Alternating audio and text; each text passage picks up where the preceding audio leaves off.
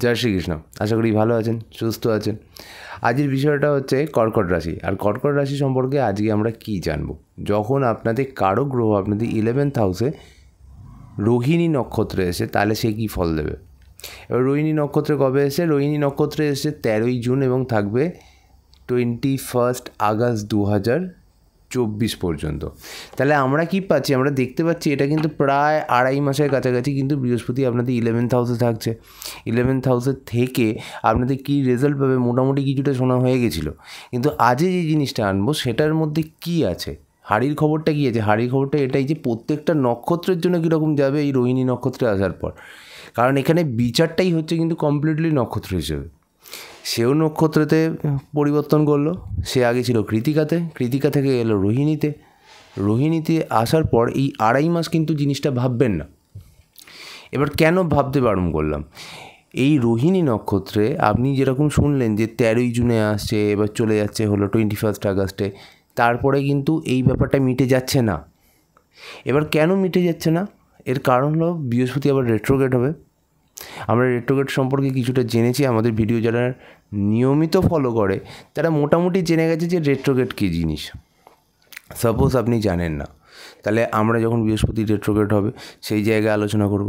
যখন শনি রেট্রোগ্রেড হচ্ছে, আর কিছুদিন বাদেই রেট্রোগ্রেড হচ্ছে, সেটা নিয়েও ভিডিও আসবে। তো সেখানেও আমরা জানতে পারবো রেট্রোগ্রেড হলে তার কী ফল হয়, কী ফলাফল দেখতে পারি, সেটা নিয়ে আমরা আলোচনা করব। তো রেট্রোগ্রেড বিষয়টা কিন্তু আমরা নেক্সট যে ভিডিওগুলো আসবে সেই ভিডিওগুলো যদি একটু ফলো করি তাহলে সেটা জানতে পারবো। এবার ফলো করতে গেলে কী করতে হয়? প্রথমে সাবস্ক্রাইব করতে হয়। সাবস্ক্রাইব করলে অটোমেটিক কী হয়, ভিডিওগুলো আপনার যে যখনই ইউটিউব খুলবেন তখনই কিন্তু চলে আসবে।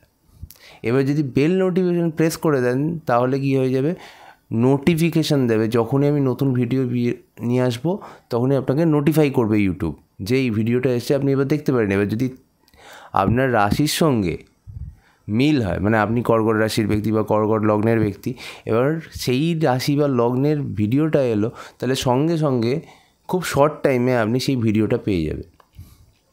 এবার আবার ফিরে আসি মূল বক্তব্যে। মূল বক্তব্যটা কি? যখন বৃহস্পতি রেট্রোগ্রেড করছে তখন ফিরে আসছে আবার এই রোহিণী নক্ষত্রে, সেটা হলো নভেম্বরে এবং থাকছে এপ্রিল পর্যন্ত। এবার যদি আমরা অঙ্কের হিসাবে ক্যালকুলেশনস করি, অলমোস্ট 7.5 মাস কিন্তু এই রোহিণী নক্ষত্রে থাকছে। তাহলে এর ফলটা কিন্তু ছোট অবস্থায় দেবে না, অনেক বৃহৎ অবস্থায় দেবে। এবার কর্কট রাশির জন্য ভালোটা কি? আমি বলবো কর্কট রাশির যে ব্যক্তিরা আছেন, যারা শুনছেন এই আমার বক্তব্য, তারা কিন্তু এই যে প্রথম যে ভাগটা 13ই জুন থেকে 21 আগস্ট পর্যন্ত যে ভাগটা, সেটাই কিন্তু খুব একটা বেশি নজর দেবেন না। কারণ আমার মনে হয়, এটা আমার এক্সপিরিয়েন্স এত বছরের অ্যাস্ট্রোলজি করার পর, যে প্রথম ভাগটায় আপনারা রেজাল্টটা অতটা পাবেন না। কিন্তু সেকেন্ড ভাগ মানে নভেম্বর থেকে যখন রোহিণী নক্ষত্রে আসবে, এই রোহিণী নক্ষত্র সম্পর্কে যা যা ফলাফল আমি বলতে চলেছি, এর বেশিরভাগ ফলাফল কিন্তু আপনার জীবনে ঘটবে। মানে যার ভালো বলবো তার ভালো, যার বলবো যে একটু প্রবলেমেটিক, আপনাকে সাবধান থাকতে হবে, তাদের একটু সাবধান থাকতে হবে। তবে আমার দেখা খুব বেশি বড় ক্ষতি বা প্রবলেমস কিন্তু করে না, যদি না আপনার দশা অন্তর্দশা খারাপ থাকে। এবং অন্যান্য গ্রহের অবস্থানও দেখতে হবে। একটা রোহিণী নক্ষত্র থেকে যদি জুপিটারের অবস্থান থেকে আপনি যদি আগামী 3 মাসের ফলাফল করতে যান, তাহলে কিন্তু খুব ঠিক বা নির্ভুল হবে না। কেন ব্যাপারটা হবে না? কারণ এখানে শনির প্রভাবটা সবথেকে বেশি পাবেন হলো কর্কট রাশির ব্যক্তিরা। 11th হাউসে যেমন জুপিটারের প্রভাব, ও কী করবে, কেতুর প্রভাব এবং শনির ব্যাড এফেক্টটা একটু কমাবে, এটা একদম ঠিক, কোনো ডাউট নেই এতে। কিন্তু এটাও আপনাকে জানতে হবে বৃহস্পতির এখানে থেকে আপনাকে কোন কোন জায়গা থেকে ভালো দিতে পারে বা কোন কোন জায়গা থেকে খারাপ দিতে পারে। তো প্রথমেই যে নক্ষত্র আমার মাথায় আসবে এবং কর্কট রাশি হিসেবে আসবে, সেটা হলো পুনর্বসু নক্ষত্র। তার একটাই মাত্র পদ থাকে, কিন্তু তাহলেও তার গুরুত্ব দিতে হবে, কারণ একটা পদে হয়তো হাজার হাজার মানুষ এই ভিডিওটা দেখতে পারে। এবার পুনর্বসু নক্ষত্রের জন্য এই ট্রানজিট, মানে রোহিণী নক্ষত্রে যখন বৃহস্পতি আসছে, সেই ট্রানজিট কিন্তু খুব একটা ইজি হচ্ছে না। কেন ইজি হচ্ছে না? আপনাদের সবচেয়ে 3-4টে বিষয় আমি আপনাকে বলে রাখছি। এই 3-4টে বিষয় কিন্তু আপনারা বিশেষভাবে খেয়াল রাখুন। ফার্স্ট, আপনি যে প্রফেশনে আছেন সেই প্রফেশনে একটা ইচ্ছা আছে, আপনি চাইছেন তার জন্য ভীষণ খাটতে, এবং খেটে আপনার সেই যে ইচ্ছা বা ডিজায়ার সেটাকে সেই লক্ষ্যমাত্রাকে ছুঁতে।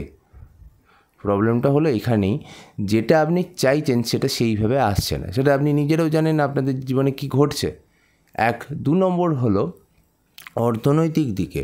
স্পেশালি ধরুন এই অর্থনীতি যেটা বলবো সেটা যে আপনার রেগুলার ইনকাম এই প্রবলেম যেটা চলছে সেটা নয়।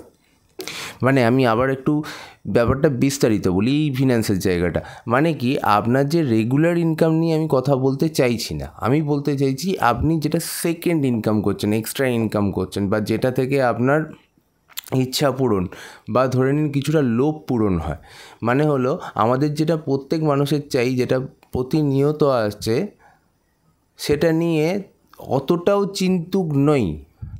হয়তো যেটা অতিরিক্ত ইনকাম সেটা বাড়াতে চাই।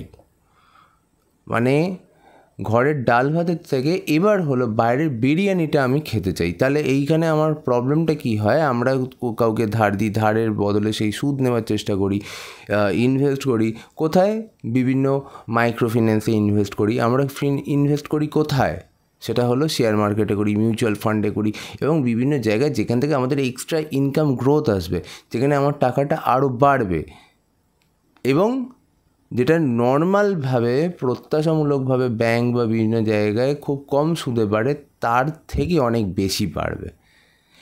এই সব জায়গায় ইনভেস্ট করার আগে, কাউকে ধার দেওয়ার আগে, যারা সুদ খাটিয়ে পয়সা ইনকাম করেন, যারা লটারি কেটে ভাবেন যে একটা বড় কিছু টাকা ইনকাম করতে পারবো, যারা জুয়া খেলেন, সাট্টা খেলেন, অথবা যারা ধরে রাখুন এই বিভিন্ন গ্যামলিং অ্যাপস, মানে আধুনিক যুগে আধুনিক জুয়া যেটাকে বলা যায়, সেইখানে যারা টাকা পয়সা রাখেন তারা কিন্তু বিশেষভাবে সাবধান হয়ে যায়।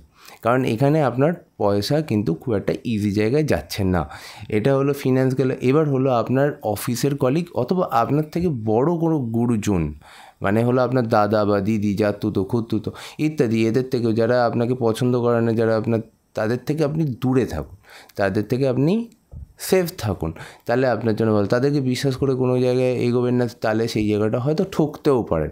এবার আপনার দাদার সাথে আপনার কম্বিনেশনস, মানে ম্যাচ কম্বিনেশনস আপনার চার্টের দেখা যাচ্ছে খুব ভালো, হয়তো তাহলে আপনার সেখানে অতটা ব্যাড এফেক্ট আসছে না। কিন্তু আমি একটা প্রথমেই বললাম, যারা আপনাকে পছন্দ করে না, সেই সব দাদা দিদি বা খুতুতো জাতুতো দাদা বা বড় দিদি, আপনার বস বা আপনার থেকে বড় কলিগ, আপনার থেকে বড় বন্ধু, এটা আপনার জন্য ক্ষতিকারক হতে পারে। আপনি নেটওয়ার্কিংয়ে বিজনেসে আছেন, আপনি ধরুন সেলসে আছেন, আমাদের সবচেয়ে নেটওয়ার্কটা কাজে লাগে সেলস, প্রোডাকশনস বলবো না, মার্কেটিং। তাহলে এই সব জায়গায় যারা আছেন এবং আপনাদের আন্ডারে একটা বড় নেটওয়ার্ক কাজ করছে বা করে, আপনি একটা বড় নেটওয়ার্কের অন্তর্গত, মাল্টিন্যাশনালস কোম্পানির নেটওয়ার্কের অন্তর্গত, মাল্টিন্যাশনালস কোম্পানির মার্কেটিংয়ে আছেন, তাহলে আপনারা বিশেষভাবে সতর্ক থাকুন। এই একই জিনিস আমি আবার চলে যাব যখন অশ্লেষা সম্পর্কে বলবো। এই অশ্লেষা সম্পর্কে আমার একই কথার কোনো পরিবর্তন হবে না। যে কটা কথা আমি পুনর্বসু সম্পর্কে বললাম, আপনারাও কম বেশি এইসব বিষয়ে সতর্ক থাকুন। তাহলে পুনর্বসু সম্পর্কে কী বললাম জাস্ট একবার রিপিট করে নিই। তাহলে আপনার থেকে বড় দাদা দিদি অথবা আপনার থেকে বড় কোনো কলিগ, আপনার থেকে বড় বস, বা আপনার কাজের জায়গায় ইচ্ছা পূরণ, আপনার কাজের জায়গায় স্বপ্ন দেখা, আপনার কাজের জায়গায় একটা, মানে যেটা প্র্যাকটিক্যাল গ্রাউন্ডে দাঁড়িয়ে যে জিনিসটা চিন্তা করা যায় না, এরম কিছু একটু বার্তা, আপনার ফিন্যান্স, আপনার কাউকে টাকা দেওয়া, টাকা ধার দেওয়া এবং তার থেকে ইনকাম করা।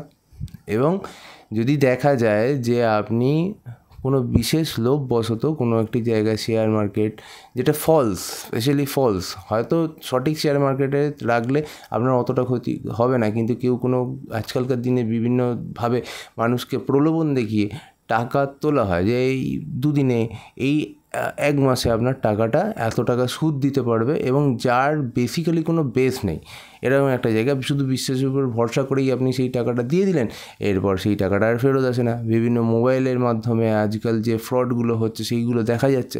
তাহলে আপনাদের ক্ষেত্রে এইগুলো সতর্ক থাকতে হবে। এবার যদি আপনি বিভিন্ন আধুনিক যেটা জুয়া, যেটা হলো গ্যামলিং, জুয়া, অ্যাপস, লটারি, এইসব বিষয়ে টাকা ইনভেস্ট করেন, তাহলে আপনার ক্ষেত্রে সতর্ক থাকা উচিত। এইবার কথা বলবো পুষ্যা। যখন পুষ্যা নক্ষত্রের কথা বলবো, এই কর্কট রাশির মধ্যে একমাত্র এই কিন্তু বেটার রেজাল্ট, উল্টো হয়ে যাচ্ছে। দেখা যাচ্ছে যে আবার যদি আপনি তার চাকরির ক্ষেত্রে দেখেন, তার প্রফেশনাল লাইফের ক্ষেত্রে দেখেন, তাহলে দেখা যাবে যে সে কিন্তু তার ইচ্ছা পূরণ করতে কিছুটা সক্ষম হয়েছে, পুরোটা না হলেও হয়েছে। এবার পুরোটা কেন হবে না, আমি প্রথমে বললাম যে স্যাটার্নের বক্রি ফলটা না আপনাদের উপর যথেষ্ট পড়বে, আপনারা বুঝতে পারছেন। অলরেডি কিছুটা শুরু হয়ে গেছে, পুরনো পেন্ডিং কাজগুলো করে রাখুন। এটা স্যাটার্ন বক্রি থেকে আমি একটা জিনিস তুলে রাখলাম, পরে যখন স্যাটার্ন বক্রি নিয়ে আলোচনা করব সেখানে কিন্তু অনেক কিছু জানতে পারবে।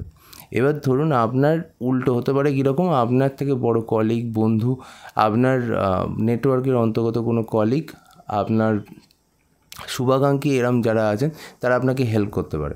এবার যারা আপনার শুভাকাঙ্ক্ষী নয়, মানে যারা আপনাকে সহ্য করতে পারে না, যারা আপনার শত্রুরা, তারা বাধা দেবে। কিন্তু হ্যাঁ, শুভাকাঙ্ক্ষীর ফলটা আপনি এবার কিন্তু বেশি পেতে পারেন। তাই যারা আপনার সঙ্গে চলছে, আপনাকে সাথ দিচ্ছে, আপনার সাহায্য করছে, তাদেরকে নিয়ে এগিয়ে চলুন এবং একটা যেটা আপনার ইচ্ছা সেটা পূরণ করুন।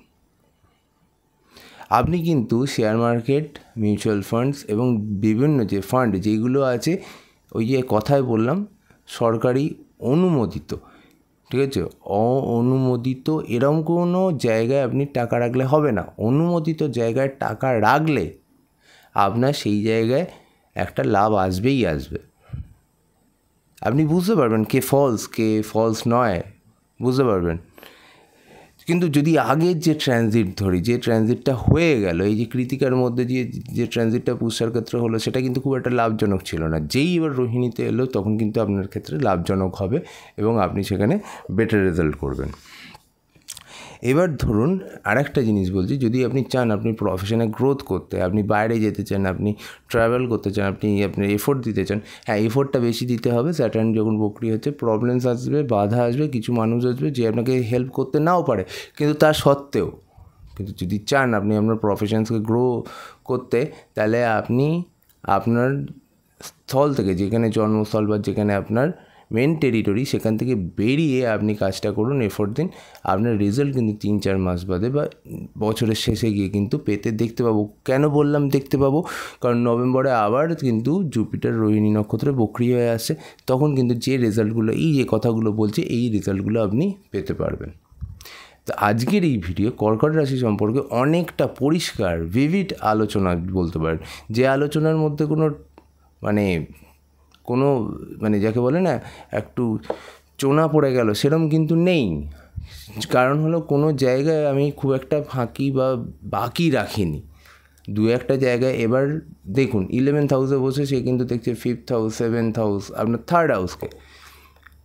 এর যে রেজাল্ট যদি আপনাকে বলতে হয়, তাহলে এটা কমন রেজাল্ট হয়ে যাবে, মানে আপনার নক্ষত্রভিত্তিক না, আপনি এটা কর্কট রাশি হিসেবে একটা রেজাল্ট ধরতে পারেন। মানে কি, আপনার এখানে কিন্তু বিবাহ যোগ দেখাচ্ছে, এটা বলতে চাইছেন তো? হ্যাঁ, বিবাহ যোগ দেখাচ্ছে, কিন্তু এই সময় কিন্তু শনি বক্রি যখন হবে সেইখানে এই বিবাহ যোগটা আমি রেখে দিলাম। তার জন্য আমি ব্যবসাটাও তুলে রাখলাম, তার জন্য আপনার যে সোশ্যাল স্ট্যাটাস সেটাও আমি তুলে রাখলাম। কিন্তু প্রেমজ জায়গা, আপনার সন্তান যোগ, আপনার বুদ্ধি, আপনার কর্ম, আপনার কিছুটা ভাগ্য, এখানে ভাগ্য বলতে এই যে কাজটা ভালো করে এসেছেন তার একটা ফল তো আপনি পাবেন, যে পুরনো কাজগুলো পড়ে আছে সেইগুলো শেষ করার একটা সুযোগ তো আপনি পাবেন। তার সঙ্গে যারা পড়াশোনায় আছে, পড়াশোনায় মেনে নিলাম শরীর স্বাস্থ্য এবং বিভিন্ন ধরনের অসুবিধা থাকা সত্ত্বেও পড়াশোনার রেজাল্ট মোটামুটি হয়ে যাবে, ঠিক আছে। যেটা প্রচেষ্টা করছেন সেটা বাঁধার পরেও কিন্তু সত্যি হবে বা আপনি করতে পারবেন। এইগুলো পজিটিভ জিনিস কিন্তু এখনও রয়ে গেল। তাহলে এর পরের ভিডিওয়ে খুব তাড়াতাড়ি আমরা দেখা করছি এবং নতুন কোনো বার্তা নিয়ে আপনাদের জন্য আসছি। আমার ভিডিওটি শিওর আমি জানি আপনাদের খুব ভালো লেগেছে। সাবস্ক্রাইব করবেন, ভালো থাকবেন, সুস্থ থাকবেন, শেয়ার করবেন। যারা আমার সাথে দেখা করতে চাইছেন, কথা বলতে চাইছেন, ওপরে দেওয়া আছে নাম্বার, ওপরে দেওয়া আছে আমাদের সব ডিটেলস। আপনারা অবশ্যই আমাদের সাথে যোগাযোগ করবেন, সেটা চেম্বারে হতে পারে, অনলাইনের মাধ্যমে হতে পারে। সবাই খুব ভালো থাকবেন, সুস্থ থাকবেন। জয় শ্রীকৃষ্ণ।